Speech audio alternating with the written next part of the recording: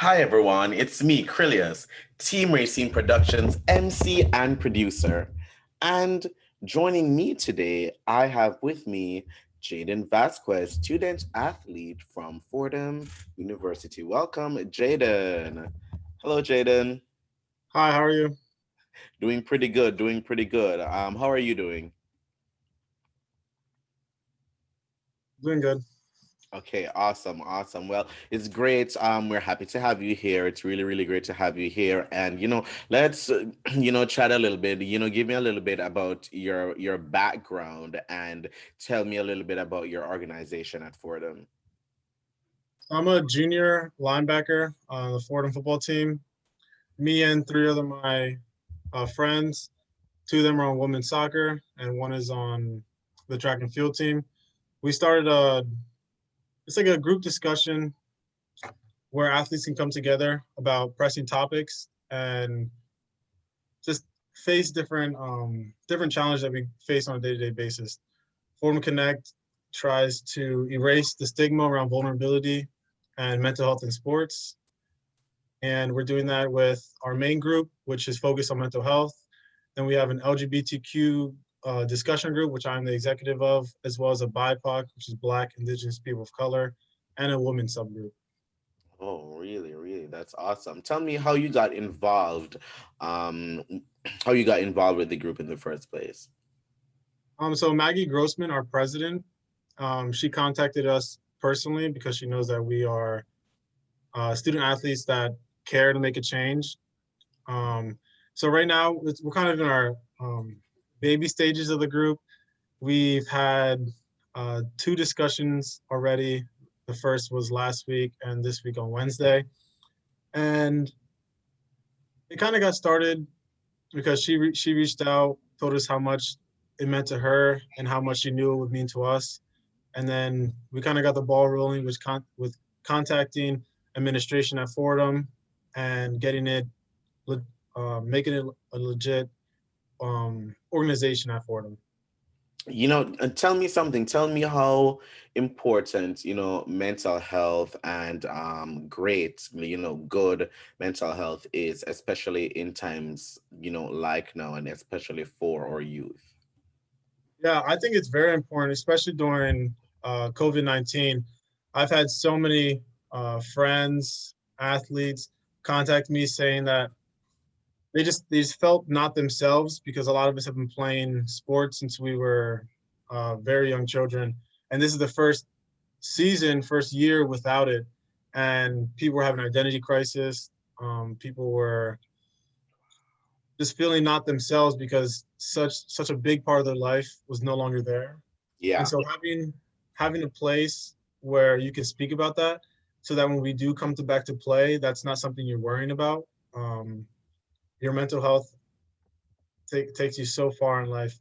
And when you have something at the back of your head, just continuing, you can't focus on play. Love that. Love that. Now, tell me something, Jaden.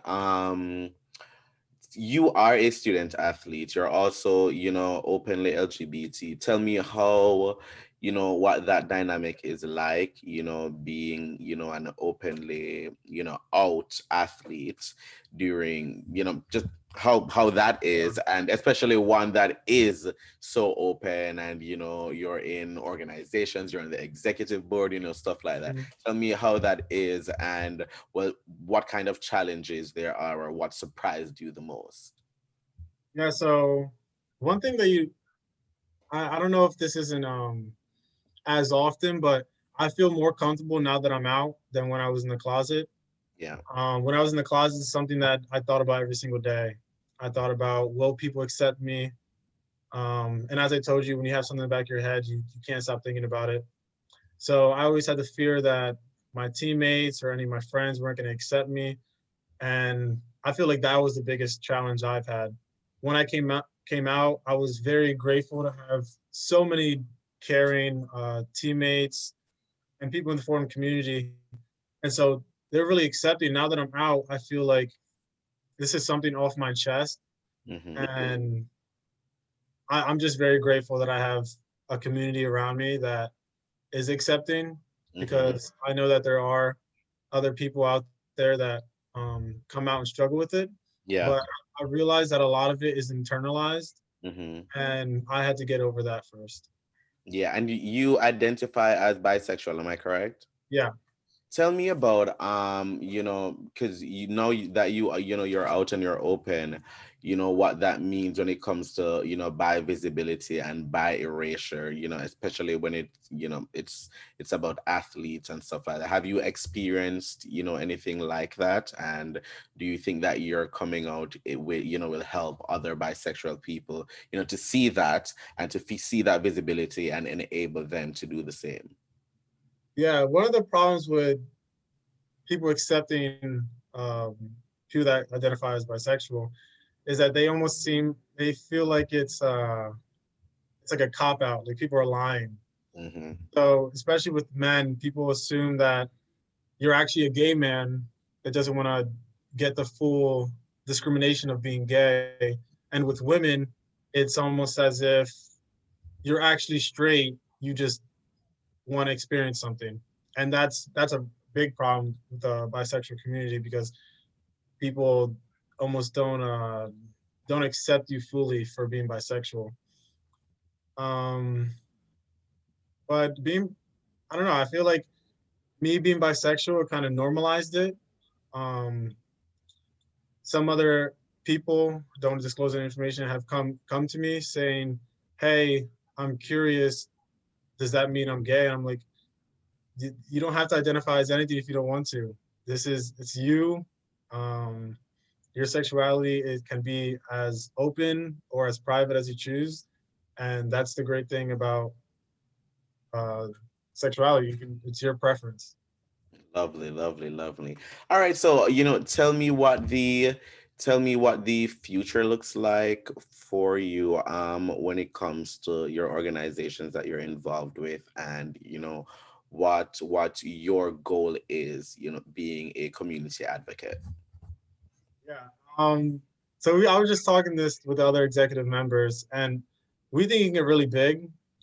We've opened up our web, contacted with other schools, um, other people in the community that have organizations already, because we are an organization, and we've been just sharing ideas, seeing what else we can do on campus.